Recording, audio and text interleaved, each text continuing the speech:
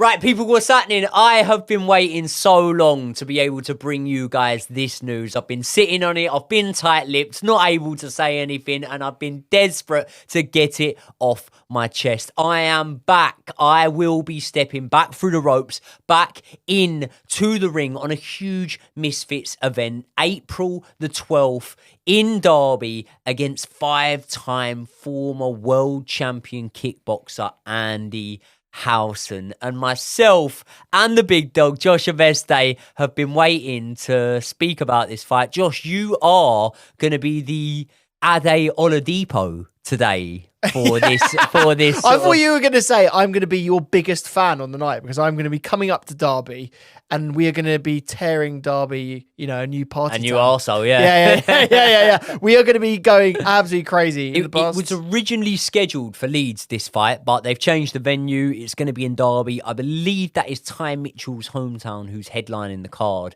Obviously, some really, really good fights on the card. Ty Mitchell against Idris Virgo. Yeah. You've got Julie Pokart against Aria Wild. That's going to be a great fight. And myself against Andy Howson. So, yeah, I think we'll have a quick chat about the fight and look ahead to it. How are you feeling about it, first of all? Like, it's been a long old time coming, hasn't it? Let's be fair. So I bet you're glad to finally do this and get this video out here. Because I feel like you and I have been talking about this for months. Yeah, we have, but we've only really just had an opponent confirmed within the last 2-3 weeks? It's not been long, has it? Something like that. Yeah.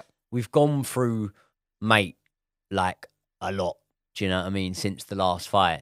Obviously, it will be 6 months by the time that I step back into the ring. I would have hoped to have been way more active than that. At the same time, I'm completely understanding that Misfits have only had 2 shows in that time. The deal was for me to get through the fight against Little Cracra and obviously fight in the final against the Adi Gang in Qatar. That obviously didn't happen. There's been a long road on the way to this fight, which obviously I can't, but I just don't want to talk about. Do you know what I mean? It's very easy to make excuses and whatnot. I was beat on the night by the better man, and that is what it is. Do you know what I mean? But for ages, I still thought that I was going to fight on the Qatar card. I had the opportunity to fight. Well, I didn't have the opportunity. Ultimately, Dean the Great was offered to fight me on that Qatar card. He talks a load of shit. He goes online and says that he fucking wasn't offered to fight me and whatnot, but he was definitely offered to fight me for that card. Turned down the fight with me, accepted the fight against Fox the G, but Fox the G team couldn't make that happen. That's that's to my knowledge what I know what happened. Dean will dispute that himself, but Dean's a fucking idiot anyway. He ain't got the ball to fight no one. So that couldn't happen. And then obviously, road to recovery, whatnot. Opponents were suggested and offered the fight for the KSI undercard, couldn't make it happen. Listen, Brian's been saying I'm the most avoided man on Misfits, which is mental, seeing that I'm coming off a loss. But and I don't think you can divulge too much, but behind the scenes that ain't too far from the truth, is it? Really? No, it hasn't. And really, is that the reason why you think it has been so long? More than anything, obviously there are people that could be fighting you and probably aren't. Is that probably the main reason? Yeah. If we're taking it... Listen, obviously, no fighter is ever at 100% when they're in the ring. Do you know what I mean? No fighter's ever at 100%. You obviously know, and people close to me know what's gone on and whatnot. And that's a process that I've had to go through, and that's a process that, has obviously maybe kept me out the ring a little bit longer. But we're talking about injuries here, right? Let's just, should we say that? Should we say it? We could be talking about rehabilitation of some kind. We could be talking about rehabilitation of some kind. But listen, it is what it is. I'm sure that not only Little Cray, I'm sure that Baby Hulk, I'm sure that Most Wanted, I'm sure that the 10 men that I fought and beat before that on the unlicensed scene and all had niggles, knocks, injuries and whatnot going into fights before their individual fights. So I'm not going to blame anything there. But now I'm relishing the opportunity because one day you're everyone's treasure. The next day you're everyone's trash. Do you know what I mean? I had a lot of love and support that was important for me after that loss to Little Cray. But you yourself know I also went through a lot of dark times and whatnot. And you might have 10, 15 supportive messages coming in the space of an hour, but you'll have one guy saying, you know, you're a fucking fraud, you got exposed and stuff like that. Do you know what's funny? You know, you get message requests and they come into your inbox, but you don't really look at them because half the time they're sort of like what you would compare in an Outlook inbox, like your email, you'd compare it to like junk mail, because it's usually, do you need a short form editor? Do you need this? You don't really check it all that often, right? But they do come into your requests. And I had like message requests, like multiple times this would happen. And it would be, always knew you were a fucking fraud. Some of them would be worse. Some of them would be like, hope you get knocked out and don't ever wake up, blah, blah, blah, and whatever.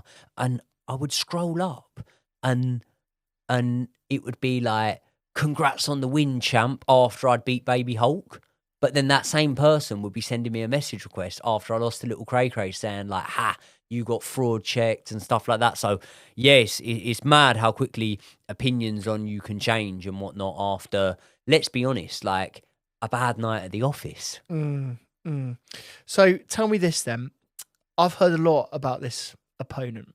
Yeah. And I know after that loss, you could have probably fought someone, a journeyman, an easy option, get back in the ring, get the ring rust off, bearing in mind you've been out for 6 months. But you've just gone, fuck that. And you've gone for someone who's pretty dangerous. Like this is like, it's quite a worrying fight, is it not? Pretty dangerous. Fuck me, I wouldn't want to fight him in a street fight. I'll tell you what, if there was legs, elbows and all that sort of shit included, there's no way I sign a contract to fight Andy Howson. If you've been into combat sport, like Andy Howson's a bit of a legend, you know, like it's mad, right? And obviously Andy Howson's older than myself. He was fighting at world level when I was sort of like just about leaving high school, starting my sort of like working life and whatnot. When I was working on site, jumping in piles of cement, like videos you've seen of me and whatnot. I love those this videos. this guy was out fighting in other countries for world titles and stuff like that. And in terms of coming from the kickboxing background as well, this isn't a wrestler coming into a boxing ring. This is a kickboxer. This is someone that is handy with the hands, you know. He's got some power. Really respect him. Look, like I'd love to. There's certain rivalries that are on Misfits and they're there to be had and they're ones that I relish. But at the same time, I'm not going to force anything when it's not there. And I've got a lot of respect for the man I'm getting in the ring with. I'm actually honoured to get the chance to share a boxing ring with a veteran of combat sport. So yeah, big respect to Andy Howson. He thanked me for taking the fight. I thank him for taking the fight. I'll tell you what though, it's going to be a scrap. Like this is the thing. Like, I'm very lucky because I get to be there and watch you in person. But for everyone watching at home, there'll be plenty of people that are watching this that will be getting the pay-per-view now, ready for it. But this is going to be a proper scrap. Yeah. Like no one's going to walk away. Like there's going to be no running. Not saying anyone else did any running, by the way. But there's going to be Cracra did run. He fucking ran. You know he ran. There's going to be no running in this fight. There's going to be two guys in the center of the ring, isn't there? Really, for this one. Well, that's it, mate. That's it. And that's what I come to all my fights to do. That's what Baby Hulk rocked up to do. Obviously, listen, Most Wanted was out of his depth. That I don't mean that, in a derogatory way. He knew that he was out of his depth in that fight. So I was having a little play about. I could have got him out of there in a round. I could have took him out in the...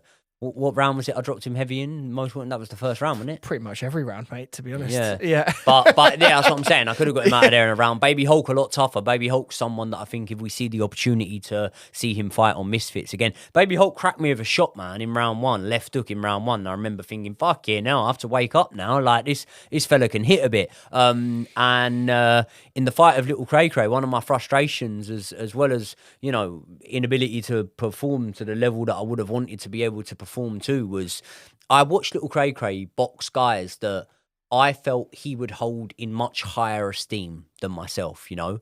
I never had an amateur fight. So it goes without saying that I was never a national champion, an ABA champion, a schoolboy champion, anything like that. I won belts on the unlicensed scene and stuff like that. Cray had won the Nationals. He had won the New York State Nationals. Do you know what I mean? Like, New York's got a capacity of what, 8 million people, something like that. Probably more than that, to be fair. That's what I'm saying. Yeah, like Scotland's only got what, 4 million people. Imagine being the best boxer in your weight division in Scotland. That means you're fucking good. You know what I mean? So because of that, I'd looked at Little Cracra's fights, and I'd looked at him obviously in his fights in Misfits, where he hadn't taken a backward step. He had gone, stuck it on Yuddy Gang, come in on short notice, really fought in the pocket with Ace Musa, and I thought, right, we're gonna have a scrap. It's gonna be a barnstormer. It's gonna be Southpaw versus Orthodox, battle of the bangers, both trading punches, see who comes out on top. And obviously he did adopt that style. He went on the back foot against me.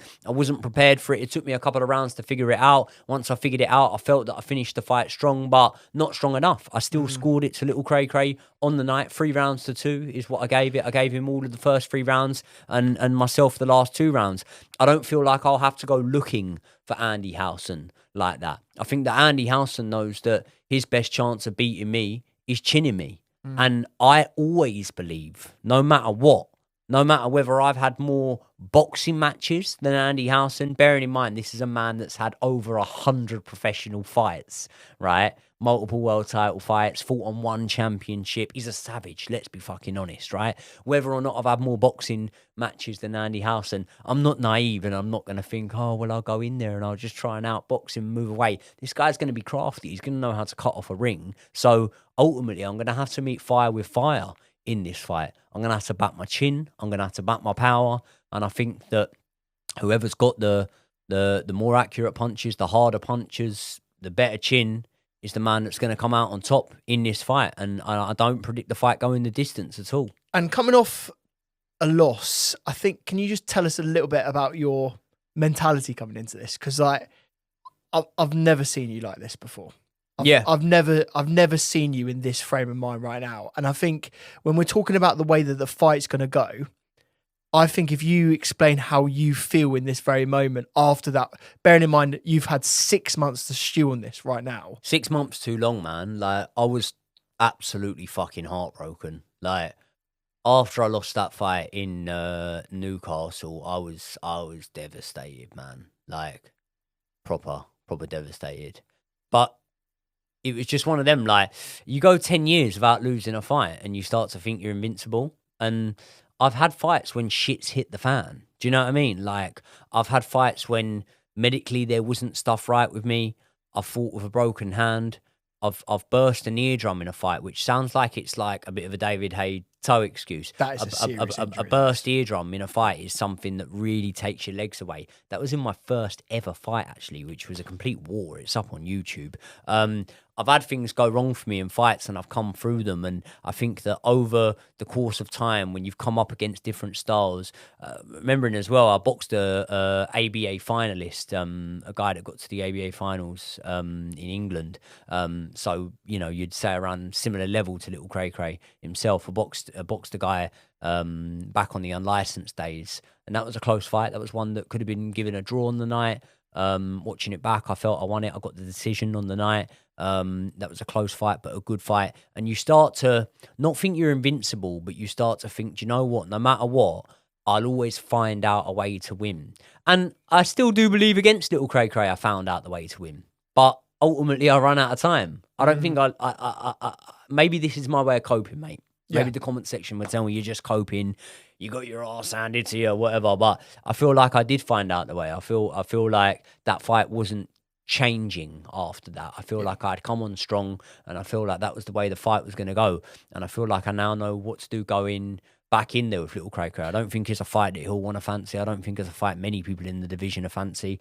But at the same time, that's why I respect Andrew Howson for taking this fight so much and really being able to pull me out of a dark space, because it's been a horrible time.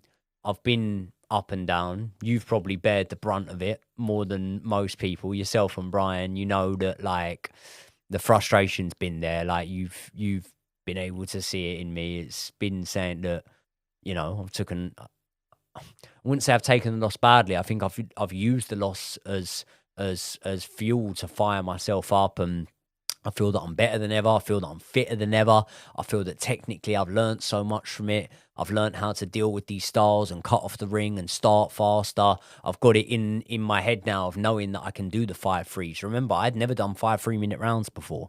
I'd done 5 2-minute rounds back in the unlicensed days, but on Misfits in total, I hadn't even completed 4 rounds of boxing. Baby Hulk only went 2.5 minutes with me, and Most Wanted went 2.5 rounds with me and got stopped in the 3rd. So I hadn't completed 4 rounds of boxing. Then I'm in with little Cracra, who I've seen go 5 rounds with Ace Musa, 5 rounds with Yuddy Gang, another 2 rounds of Yuddy Gang in the fight that got cancelled, and obviously I'd seen him win a Golden Gloves title, which is no easy achievement. So I didn't know that I would be able to do that. So now I feel like I'm coming into this in the best place I ever could. Best mental place I ever could. So, yeah. What are you going to change? Because obviously that was a shit result, wasn't it, in the last fight? What are you going to change this time round? Obviously, we know you're fit, and you've worked really hard in the gym. But is there anything that, technically that you're changing? Listen, I think now I would understand if a fight maybe isn't going my way, if I am getting outpointed, which I was in the early rounds against little Cracra, and I was expecting him to come on strong, and then it started to dawn on me, no, he's happy to throw ones. I was about to say 1s and 2s maximum. He never threw really 2 punches, never landed two flush punches, never landed a 2-punch combination on me in the fight. It was counter right hooks. There was a backhand here and there. They were close rounds. It was a close fight. I didn't do enough. But I've learned now that if a fight's not going my way, then go with my instincts earlier on. Bite down on the gum shield. It always worked for me in the past, and there's no reason it wouldn't. And yeah, maybe there were certain things that held me back of being able to do that in that fight with little Cracra, but that won't happen this time round. So if this fight does go well, which I think we all hope it does, let's be honest. Yeah. If this fight goes well, what do you want to do after that? What's your aspirations? I want everyone in this Misfits lightweight division. I want to avenge the loss against little Cracra. Yuddy Gang, I rate as Cracra is the champion. I rate Yuddy Gang level with him. I rate him level with him. I want fun fights. I want fights that are interesting, where I do get into it in the build-up with people.